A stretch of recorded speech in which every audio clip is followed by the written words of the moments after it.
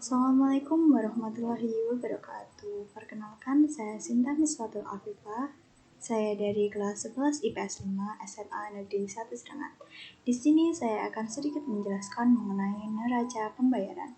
Neraca pembayaran atau yang sering disebut dengan balance of payment merupakan daftar yang disusun secara sistematis yang dipergunakan untuk membukukan semua transaksi ekonomi yang dilakukan penduduk suatu negara dengan penduduk negara lain dalam kurun waktu 1 tahun. Nah, di sini untuk neraca pembayaran memiliki susunan yang terdiri dari 5 elemen.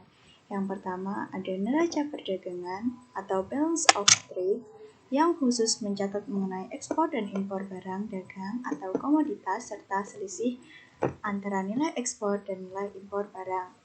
Yang kedua ada neraca jasa, yaitu menunjukkan jasa-jasa yang diselenggarakan suatu negara untuk negara lain serta yang diterimanya dari luar negeri. Yang ketiga ada neraca hasil modal, yaitu mencatat semua pembayaran dan penerimaan bunga, dividen, upah, tenaga kerja asing, serta hadiah-hadiah atau grants. Yang keempat ada neraca lalu lintas modal, yang mencatat transaksi yang berkaitan dengan setiap kredit yang diterima dari luar negeri atau diberikan ke luar negeri, jual beli efek, dan PMA. Neraca lalu lintas modal ini sering disebut dengan capital account. Nah, untuk neraca perdagangan, neraca jasa, dan neraca hasil modal disebut juga current account atau neraca berjalan, karena pada neraca ini selalu menunjukkan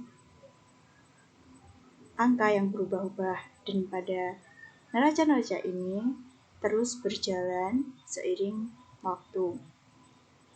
Untuk neraca perdagangan, neraca jasa, neraca hasil modal, dan juga neraca lalu lintas modal disebut dengan neraca keseluruhan.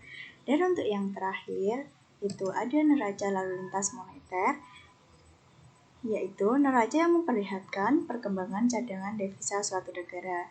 Ini terletak pada akhir atau paling bawah sendiri dari neraca tersebut.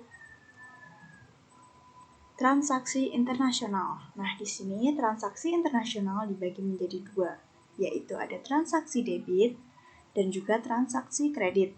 Untuk transaksi debit merupakan transaksi yang menimbulkan kewajiban untuk melakukan pembayaran ke luar negeri atau menunjukkan mengalirnya uang dari dalam negeri ke luar negeri.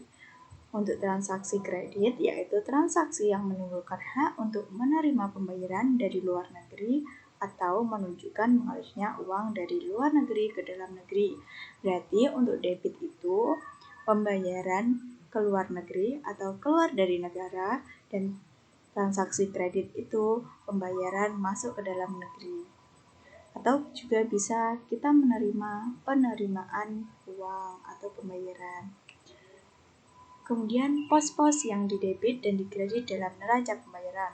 Untuk debit itu neraca perdagangan, yaitu impor barang, neraca jasa, impor jasa, neraca hasil modal, pembayaran bunga dan dividen, neraca lalu lintas modal, kredit yang diberikan ke luar negeri, dan pembayaran cicilan utang, neraca lalu lintas moneter.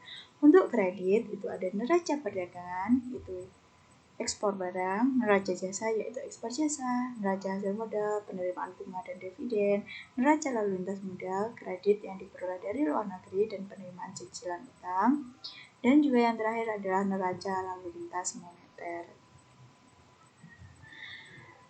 Kemudian neraca pembayaran dikatakan surplus atau aktif apabila jumlah penerimaan lebih dari jumlah pembayaran. Jadi, uang yang diterima suatu negara itu lebih besar daripada uang yang harus dibayarkan suatu negara ke negara lain atau ke luar negeri. Neraca pembayaran dikatakan defisit atau pasif apabila jumlah penerimaan itu kurang dari jumlah pembayaran. Jadi, uang yang diterima atau pembayaran yang diterima ke dalam negeri itu lebih sedikit daripada jumlah pembayaran ke luar negeri.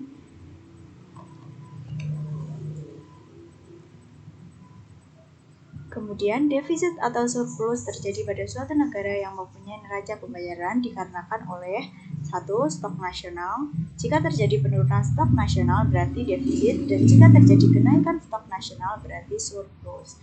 Yang kedua ada pinjaman akomodatif. Pinjaman yang masuk karena berkaitan dengan adanya kelebihan impor berarti merupakan bagian dan defisit.